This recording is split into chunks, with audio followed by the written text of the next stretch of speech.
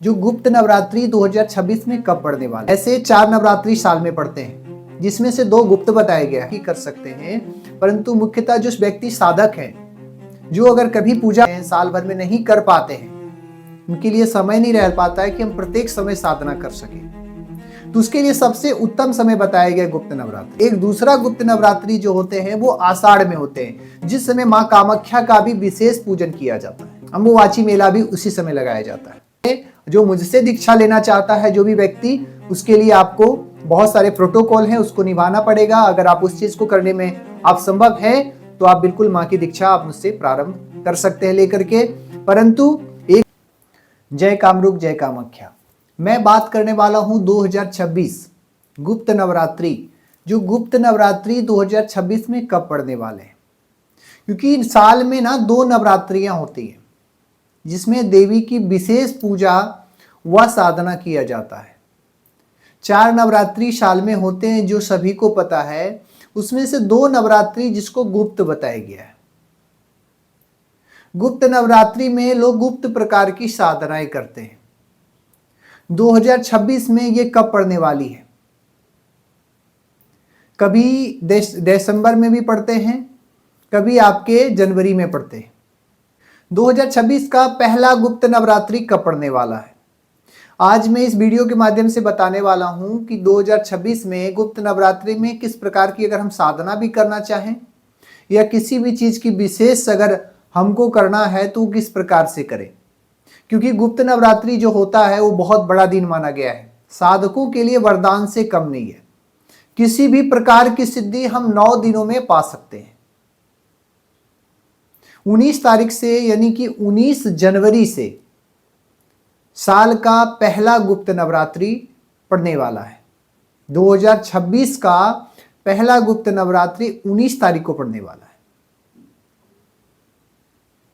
जो मां की विशेष कृपा प्रदान करने वाली है।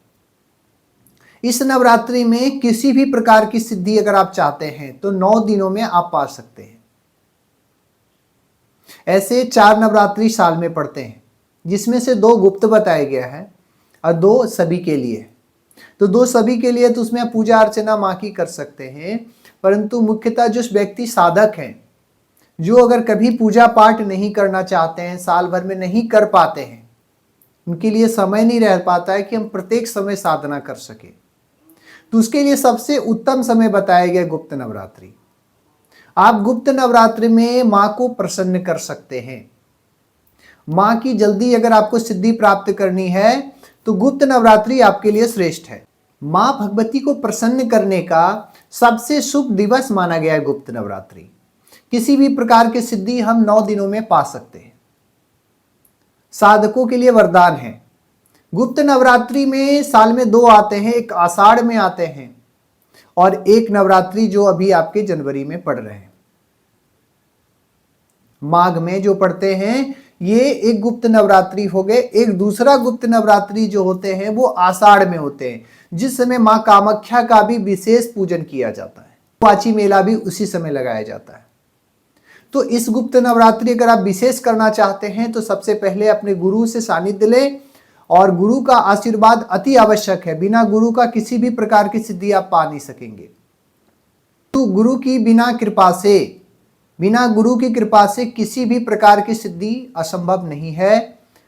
तो अगर आपको संभव बनाना है तो गुरु से मंत्र लें, गुरु से जाप करें। जो मुझसे दीक्षा लेना चाहता है जो भी व्यक्ति, उसके लिए आपको बहुत सारे प्रोटोकॉल हैं, उसको निभाना पड़ेगा। अगर आप उस चीज को करने में आप संभव है तो आप बिल्कुल मां की दीक्षा आप मुझसे प्रारंभ कर सकते हैं लेकर के। परंतु एक चीज ध्यान करें, धर्म जो करें वो आपके लिए, आपकी जैसे आप पैसे कमाने प्रकार से आप धर्म और पुण्य कमाने का, दूसरों को सहयोग करना, इस प्रकार की चीजें आपके लिए सबसे उत्तम रहेंगे, आपकी जिंदगी में सिद्धियों को अग्रसर करेंगे। तो 2026 में अगर आप गुप्त नवरात्रि अगर आप मनाना चाहते हैं तो 19 तारीख से है, 19 जनवरी से है। इसको आप छोड़े नहीं, क्योंकि अमावस्या है 18 तारीख को और 19 तारीख से नवरात्रि प्रारंभ होने वाला है। तो नवरात्रि अगर आपको जो व्यक्ति करना चाहते हैं 19 तारीख को अपनी साधना को प्रारंभ 18 से ही करें, क्योंकि 19 तो है ही साधना। अब अगर आप प्रारंभ करना चाहते हैं तो 18 से भी कर सकते हैं, क्योंकि अमावस्या तिथि है। और दूसरा जो आपके नवरात्रि लगेंगे वो आषाढ़ महीने में लगेंगे। तो इन नवरात्रियों में आप माँ की सिद्धियां प्राप्त कर सकते हैं। अगर किसी भी साधना से संबंधित अगर आपको जानकारी मुझसे चाहिए तो आप हमारे व्हाट्सएप से संपर्क कर सकते हैं, और आप उसकी जानकारी, मेरा नंबर दिया हुआ है, इससे आप संबंधित किसी भी प्रकार का प्रश्न आप पूछ सकते हैं। तंत्र से रिलेटेड भी किसी भी प्रकार की अगर आपकी परेशानी बढ़ रही है, बार बार समस्याएं अगर आप नहीं रुक रही है, तो आप हमारे कामाख्या तंत्रपीठ से जुड़ें और उसका निवारण पाएं। जय कामरूप, जय कामाख्या।